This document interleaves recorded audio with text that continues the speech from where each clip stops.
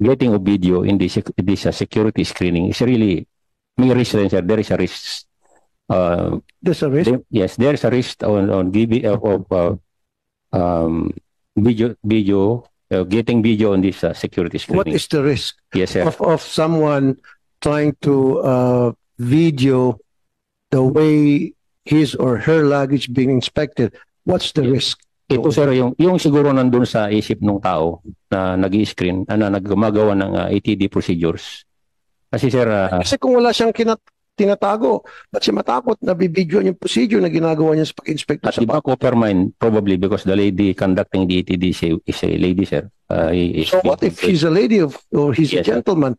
It doesn't matter.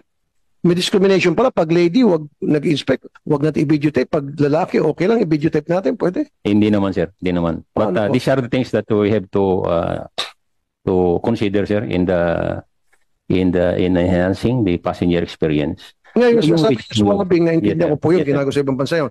But please do not stop the owner of the luggage, hand-on, carry-on luggage, na i-videotape yung proseso.